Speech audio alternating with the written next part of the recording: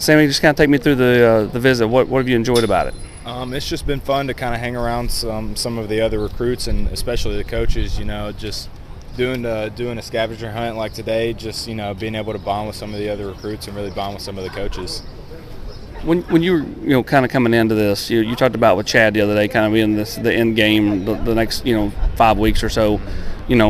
What's this first visit been like? It's been awesome. I think they've really set the bar high for these officials, and we still got a whole afternoon left, so I'm excited to get that done. And it's just been awesome. It's been a great visit so far. When they talk to you, what's the message from BJ? What's the message from Hype and Coach Banks? Right now it's just having fun, and they've talked about their culture the whole time, and I think that's their biggest selling point. I think it's just something about the way they're doing things right now is definitely successful. As seen on the field last year, they're definitely doing something right. What did you kind of go into this visit wanting to get out of this, knowing you've been here a handful of times already? Any certain thing you wanted to kind of learn a little bit more about? I think the biggest thing about this visit was just growing relationships with the coaches. Like I've been here a couple times, but just being able to sit down with the coaches, go out and eat dinner with them, and just really getting to know them outside of being a football coach. And what have you gotten to know about them, or what do you like about them, and kind of off the field and everything?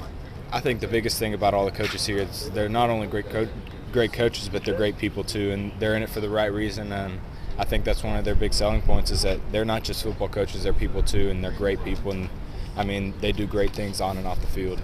You've been down to Georgia a couple of times here lately. What are they doing, and what's Tennessee got to do to maybe potentially overtake them? I don't think it's necessarily any overtaking. I'm pretty even right now. I don't really want to say that one's over the other. I really like all the schools that are in my 5 officials right now, and I think they all have an even shot. But Georgia's doing the right thing. When you're winning back-to-back national championships, you're obviously doing something right, and I think that's contributed to the way they practice and their mindset that they're not gonna let up on anybody. But I think Tennessee has a very similar look, and they built this in the past couple of years, so I think that they're just going to continue to get on the incline and be better and better each year.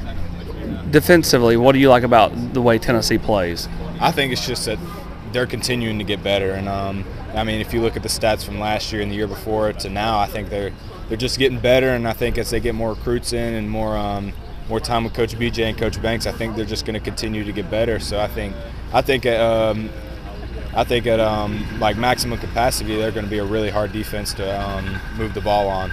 Schematically, what do you like about what they do?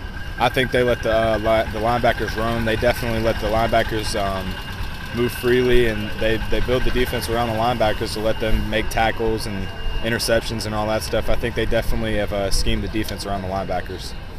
Your plan is to kind of take these 5 officials and make a decision. What you're thinking, maybe early July or first or second week in July. We've got those 2 weeks off for dead weeks for GHSA, so take that time to think about it and make a decision then.